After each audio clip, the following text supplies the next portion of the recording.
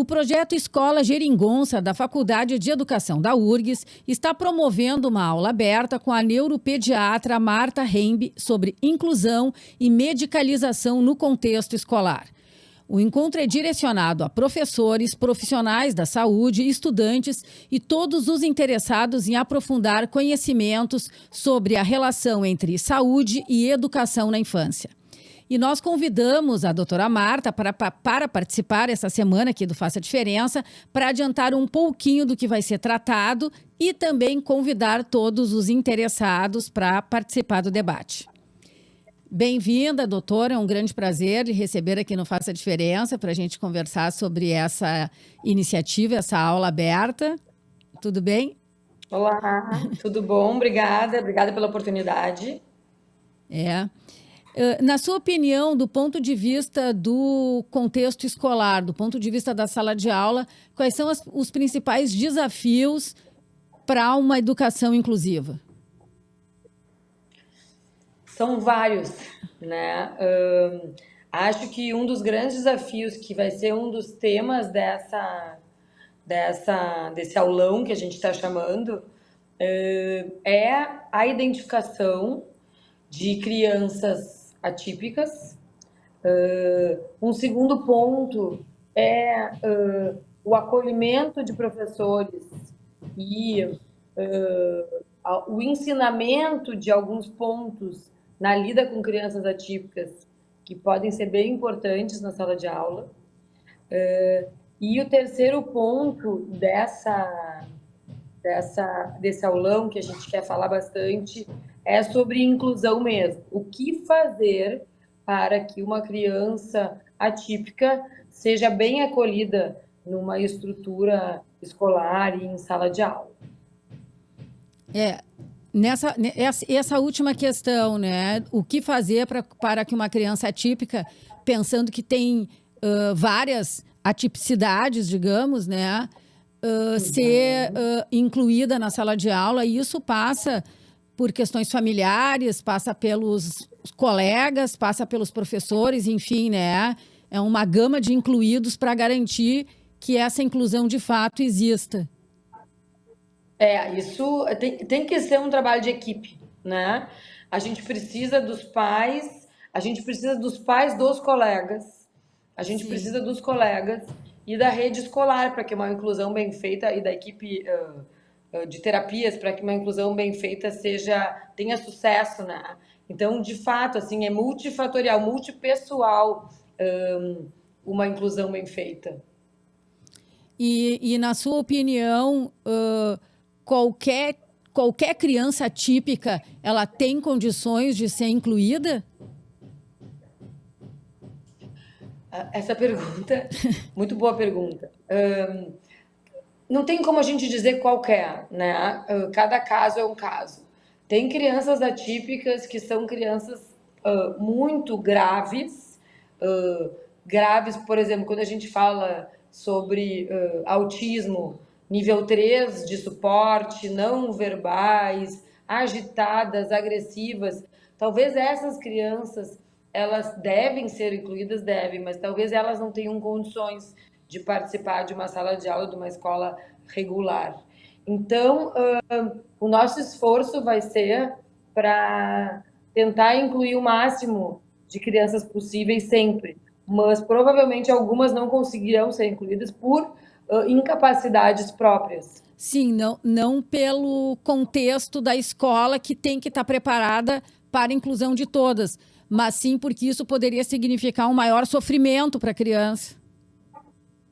Perfeito, exatamente isso. A escola tem que estar pronta, os professores têm que estar preparados, as famílias, faz parte de tudo isso conscientizar as famílias, né, de que hoje em dia, com a prevalência de atipias, a chance de um filho ter um colega típico é de praticamente 100%, se a gente for pensar uma sala de aula de 30 alunos.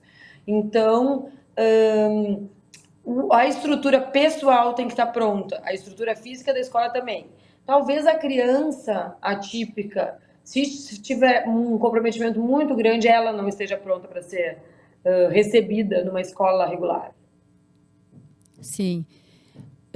Doutor, eu percebo, me corrija se eu estiver errada, que há uma tendência a se abordar todas as questões que envolvem ali a infância, hoje em dia, né? Por exemplo, uma criança agitada já é considerada uma criança hiperativa, uma criança, talvez assim, que não tem um desempenho esperado, né? Pelo menos pela família, um rendimento escolar esperado, talvez seja considerado uma criança com déficit de atenção, né? E nesse contexto se parte para a medicalização, né? Eu não sei, eu tenho a impressão que há um excesso de diagnósticos e também um excesso de remédios, né? De medicação na infância.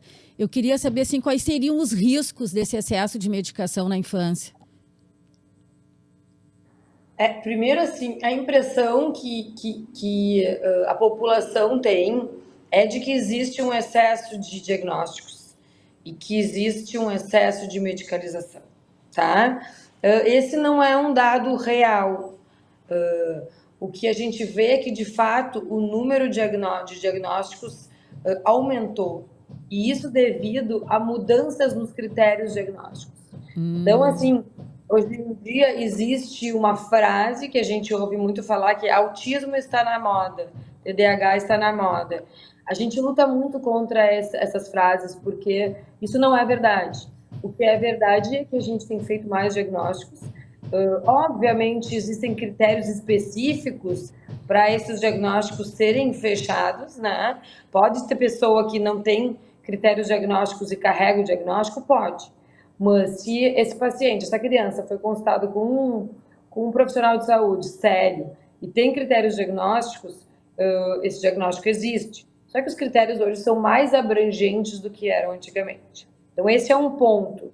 Então, a gente considera meio que um mito dizer que existe muito diagnóstico que não é real. O que a gente sabe é que existe um aumento de diagnóstico, sim. Tá? Esse é um primeiro ponto. O segundo ponto é a questão da medicalização, e isso me preocupa muito, tá? Por quê? Porque estamos tratando de infância, né?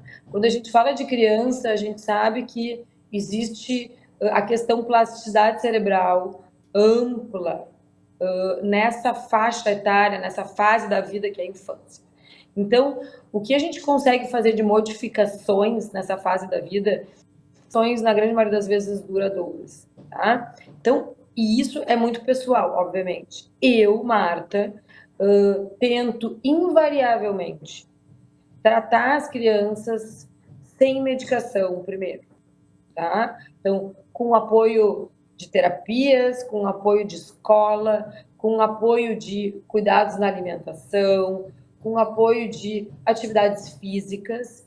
E aí, obviamente, dependendo da idade, se a criança está tendo muitos prejuízos sociais e ou acadêmicos, a gente precisa pensar em medicar. De novo, se existe um diagnóstico correto, se essa criança foi reabilitada da maneira indicada por profissionais competentes, e mesmo assim é uma criança que está sofrendo porque ela tem prejuízos acadêmicos ou sociais, e isso pode abalar muito o emocional dessa família, dessa criança, aí a gente tem que considerar a medicação. Mas a preocupação dos dois pontos que tu colocaste, assim, existem muitos diagnósticos, existem, mas de fato a gente tem mais diagnóstico hoje, e existe muito remédio, existe. E aí, talvez, sim, muitos sem necessidade de serem medicados. Sim. E como a gente poderia abordar o diagnóstico com a criança ou com o adolescente, por exemplo? Né? Abordar o próprio diagnóstico com o aluno? Não, com o próprio diagnosticado, né? Ah, entendi. A criança já sabe do seu diagnóstico. Tu vai ter que dizer isso, né? Tu vai ter que, ou o médico, ou a família, no caso, ou o professor, assim, comentar com a criança, olha, tu é uma criança que tem um déficit de atenção, ou tu é uma criança hiperativa, ou tu é uma criança que tu pode estar dentro do espectro autista. Como informar isso para a criança, né? E para o adolescente, sem que isso ainda se torne um maior peso, né? Assim, Esse é um assunto delicado também, porque esse é o meu dia a dia no consultório, né? Então, eu Sim, faço um diagnóstico e daí eu converso com os pais em separado e comunico, ó, existe um diagnóstico. ãh, e aí a reação dos pais é muito diversa. Tem pais que querem, eu quero ajuda para falar para o meu filho do diagnóstico dele. Tem pais que querem, não, eu quero que o psicólogo ou o terapeuta que tem um vínculo já bem estabelecido nos ajude a comunicar esse diagnóstico. E tem pais que querem eles mesmos dar o diagnóstico. Então, essa é uma conversa que eu tenho com os pais antes de qualquer comunicação para as crianças. Sempre ponderando para as famílias a importância do paciente, da criança, do adolescente, entender o que se passa com ele. O que a gente vê hoje são várias crianças, adolescentes, na maioria das vezes, muito aflitos por se sentirem diferentes e não ter um nome para isso.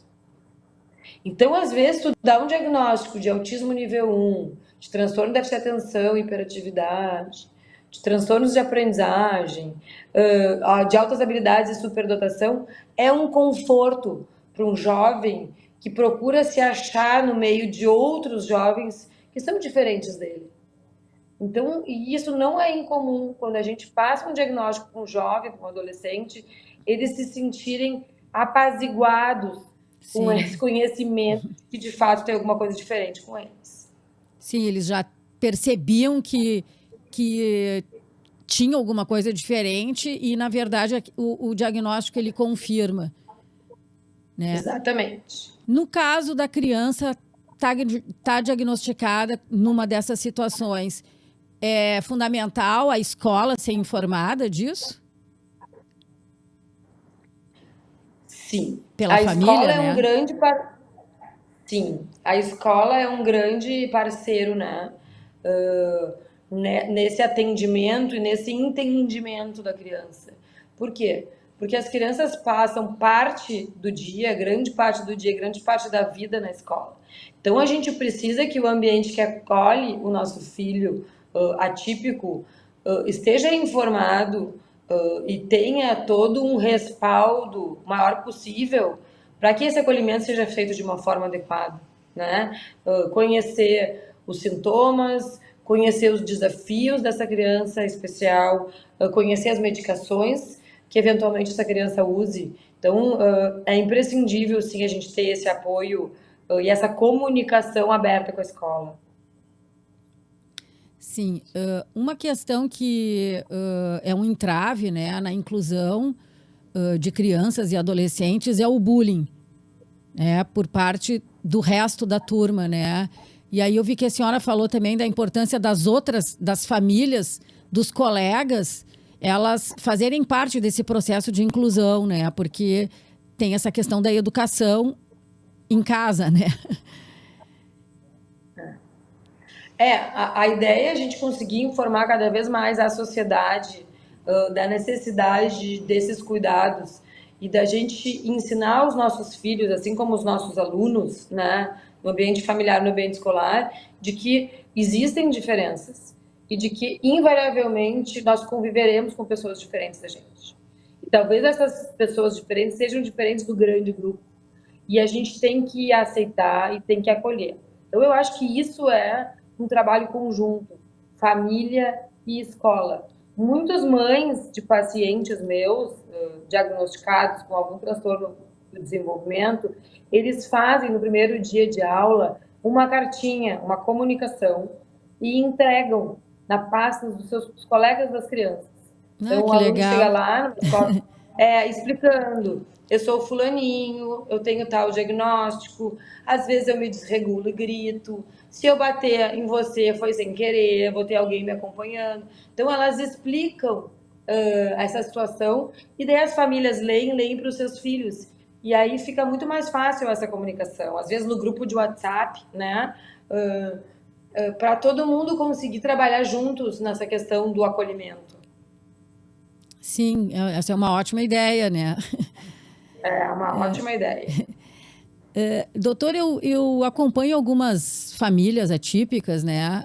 Pelas redes sociais, enfim, também na imprensa.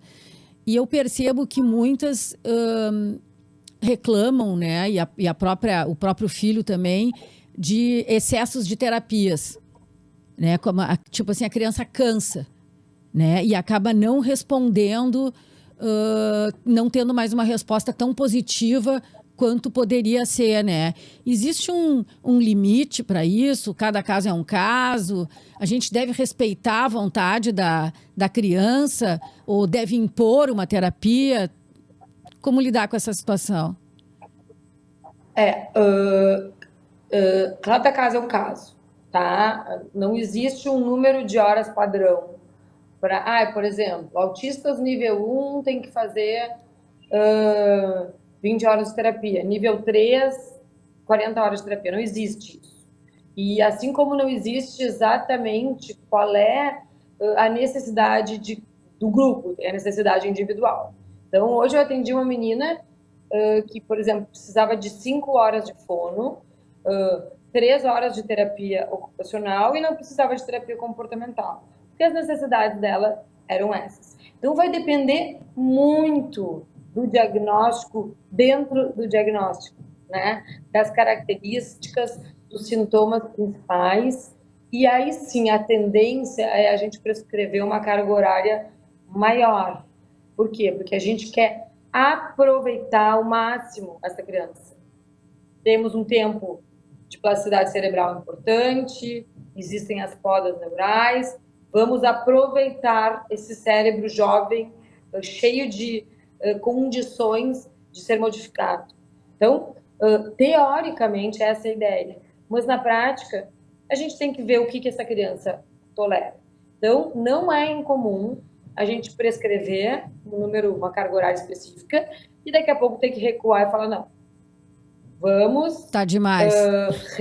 reduzir essa carga horária. Tá demais, a criança está cansada, ou vamos reduzir um pouco o horário na escola, aumentar nas terapias. Então, assim, isso não é incomum. A gente tem que puxar o freio de mão e repensar essa carga horária desse paciente.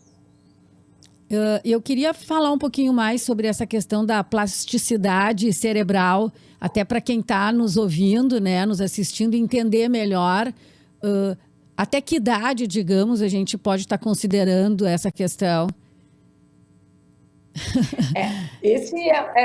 Até eu quero entender, né?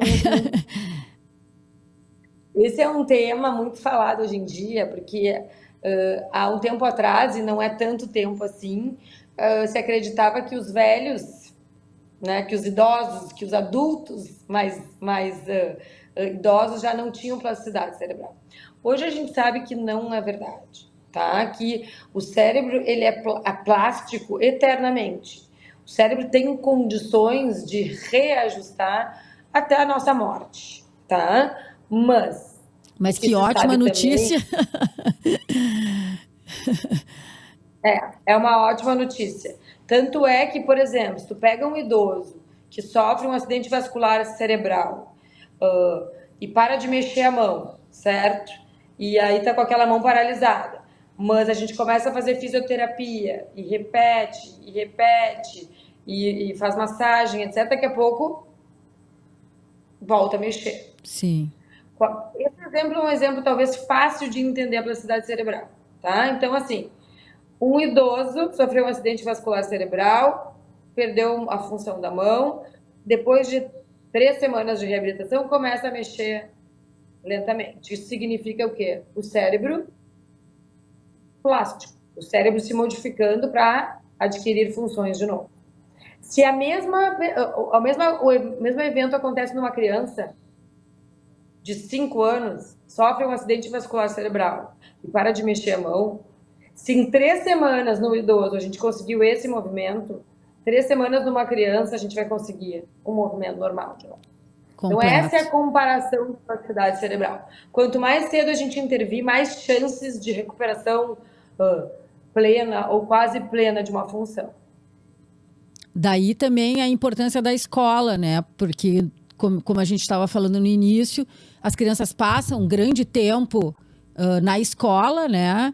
E talvez o professor seja uma pessoa importante na hora de perceber que tem algum problema de desenvolvimento ali, né?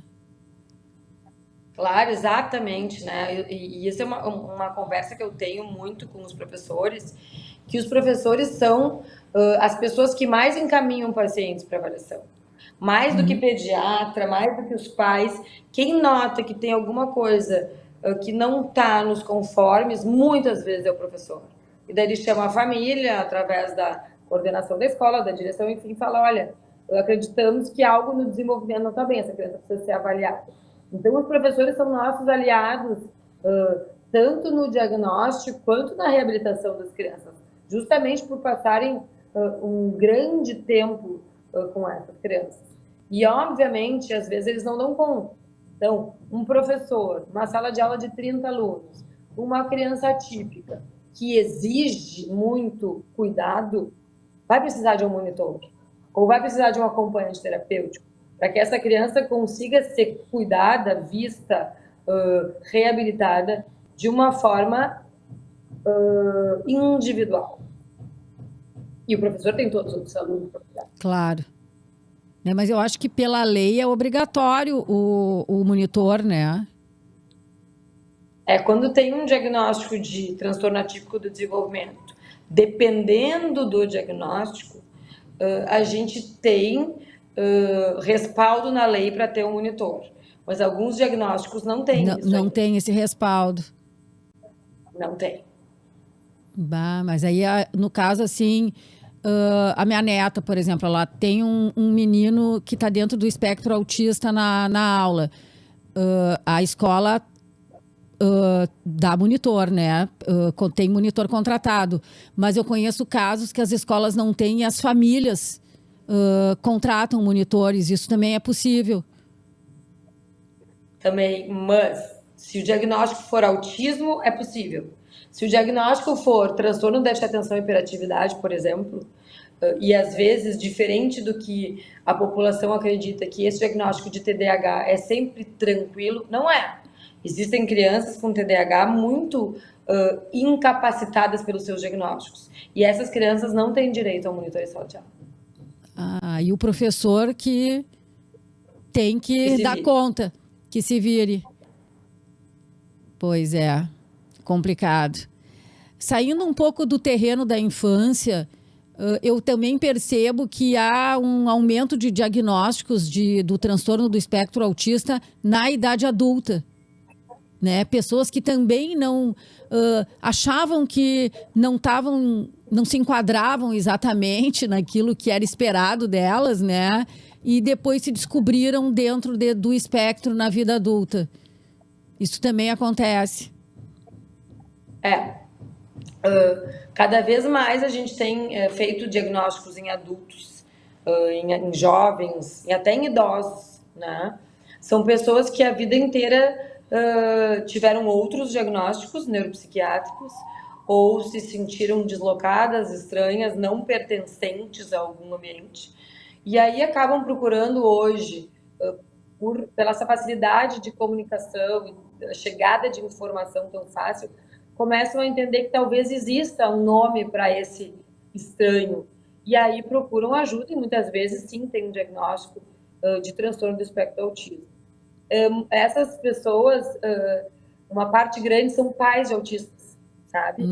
Que no consultório a gente comunica os pais que a criança tem um diagnóstico e daqui a pouco, 3, 6 meses, volta o pai para uma consulta dizendo, olha, eu acho que eu também tenho. Por quê? Porque essas condições são genéticas, né? São primariamente genéticas. Então, devem ser consideradas as famílias de crianças atípicas, tem que se olhar com mais cuidado para ver se existe algum outro diagnóstico nessas famílias. Bom, a gente está chegando no final do programa. Eu queria que a senhora fizesse um convite para o pessoal interessado a participar desse aulão aberto que vai tratar tudo isso que a gente conversou aqui e mais um pouco ainda, né? Já que são professores, profissionais da saúde, estudantes, né, que vão participar. A ideia é a gente conseguir receber o maior número possível de professores, de estudantes, de pessoas da área escolar nesse evento específico. Claro que pais estão convidados, pessoal da área da saúde, familiares estão convidados para participarem, mas esse evento especificamente é para dar um espaço de escuta, de acolhimento, de conhecimento para as pessoas que lidam com os atípicos na sala de aula. Então, esse evento vai ser transmitido ao vivo pelo YouTube do Projeto Geringonça, que é o projeto que está fazendo parte, junto com a Faculdade de Educação da URGS, dessa promoção desse evento, né? Que vai ser no dia 18 de novembro, às 9 horas. Olha, eu pedindo ajuda para os universitários. Às 9 horas, na Faculdade de Educação da URGS. Tá? Então, é um evento com um número limitado de lugares, mas que vai ter uma transmissão simultânea ao vivo, e o ingresso é a doação de 1 quilo de alimento não perecível para as crianças atípicas, para as famílias atípicas, que a gente vai passar para o Colo de Mãe, que é um grupo muito bacana que acolhe essas famílias, para eles, enfim, passarem para essas pessoas necessitadas. Então, muito obrigada pela presença da senhora aqui no programa e sucesso no aulão. Obrigada a nós pela oportunidade, e eu acho que quanto mais a gente conseguir fazer esse tipo de ação, tá todo mundo no lucro, todo mundo ganhando. Principalmente obrigada. As crianças e os adolescentes, né? Obrigada. Principalmente. Obrigada, até mais. Até mais, obrigada. E hoje a gente fica por aqui, mas você pode rever esta e outras edições do Faça a Diferença no canal da TV Assembleia no YouTube, no endereço que a gente exibe aqui na tela. Obrigada e até a próxima semana, quando a gente volta a trazer outro assunto que pode fazer a diferença.